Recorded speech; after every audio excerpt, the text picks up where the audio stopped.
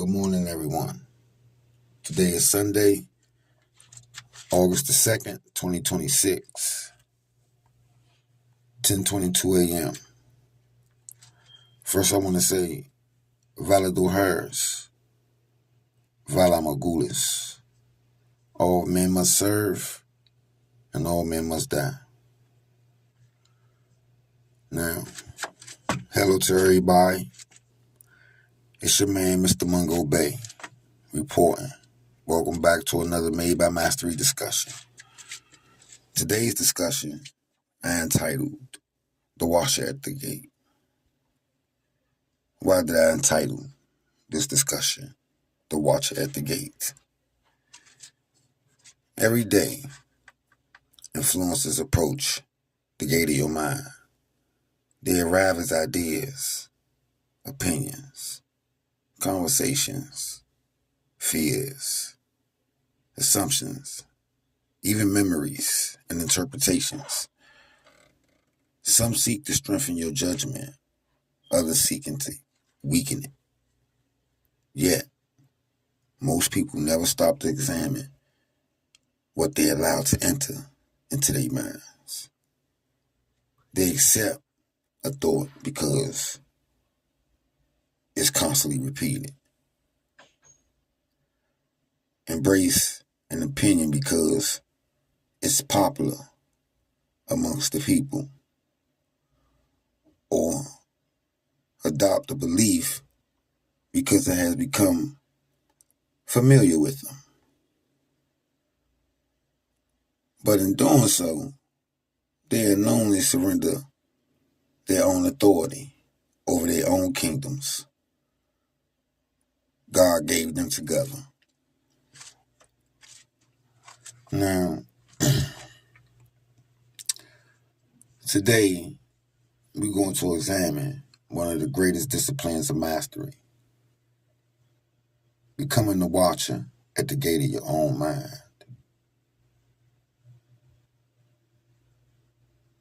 The core lesson for this discussion, I titled Every Influence Requests Permission.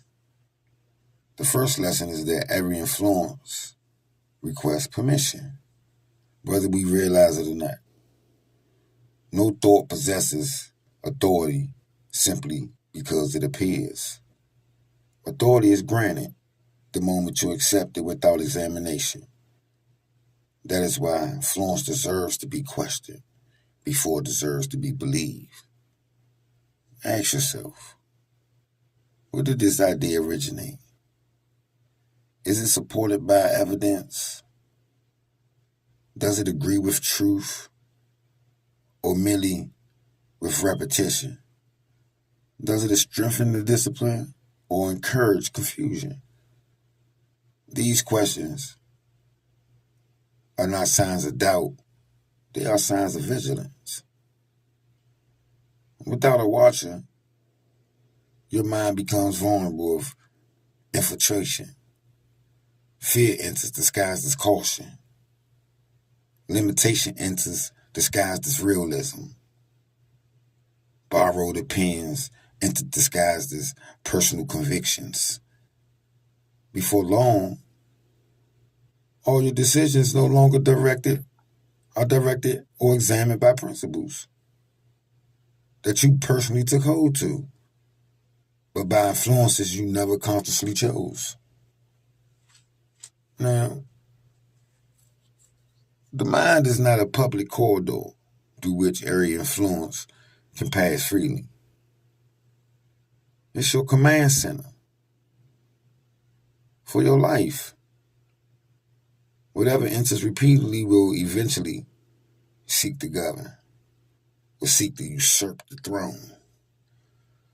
Now, for real. Now,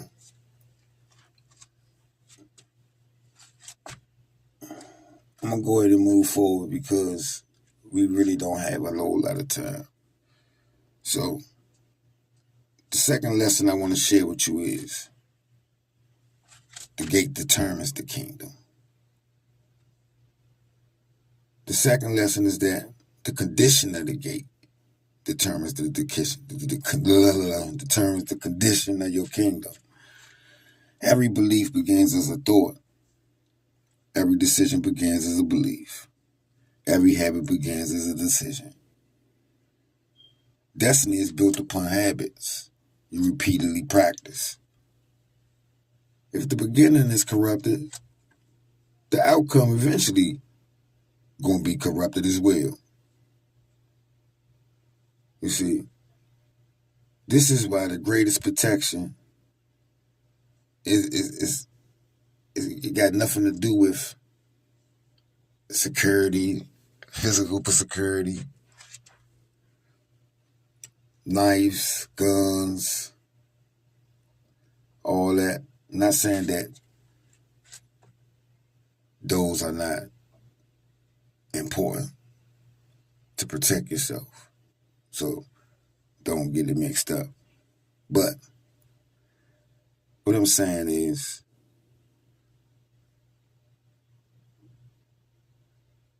you got to protect your mind. It's the mental. You can't prevent the world from presenting fear, deception, temptation, distraction, manipulation. Y'all see the advertisements on YouTube, the commercials on TV, you know, what you hear on the radio. You can't prevent the world from presenting its fear.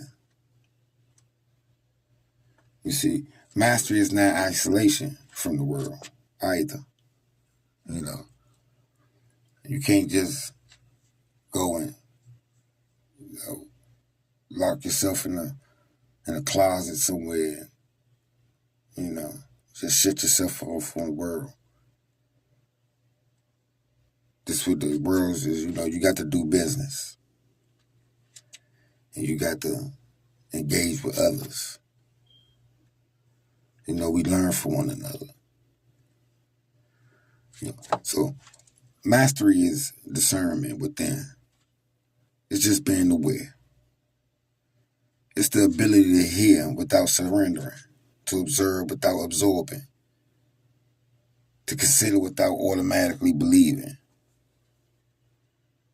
Our guarded mind remains open to the wisdom while remaining resistant to deception.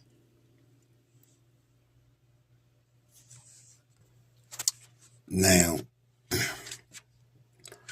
Proverbs 18:15 says, "The heart of the prudent acquires knowledge, and the ear of the wise seeks knowledge." So, I like to practice something I like to call active listening. You got to make sure you're patient and listen to exactly what's being said before you just start accepting and believing. A guarded mind remains open to wisdom while remaining resistant to deception. It welcomes truth, rejects distortion, and refuses to surrender its authority to every passing voice. Now, a person who guards the gate of their mind will guard the direction of their life. Now, this is the end of this discussion.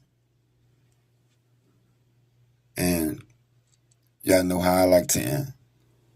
Let's add an affirmation to further inspire. I am the watcher at the gate of my mind. I examine every influence before I allow it to entry. I reject fear, deception, and borrowed beliefs. I welcome truth, wisdom, discipline, and purpose. My thoughts are governed by principle. My decisions are guided by discernment. And my life is directed by mastery. Okay. Now, I want to say one last thing before we part. Every influence will eventually arrive at the gate of your mind. You cannot choose what approaches, but you can always choose what you allow to enter. The quality of your thought determines on the quality of your beliefs. The quality of your beliefs determines the quality of your decisions. And the quality of your decisions determines the quality of your life. Therefore, watch, be vigilant, guard the gate with discipline. Examine every influence with wisdom, and never surrender your authority over the kingdom of your mind. Until next time, continue to examine, decide, execute, and refine. This is your man, Mr. Mungo Bay. Vala Magulis, Vala Duhars. All men must die, and all men must serve.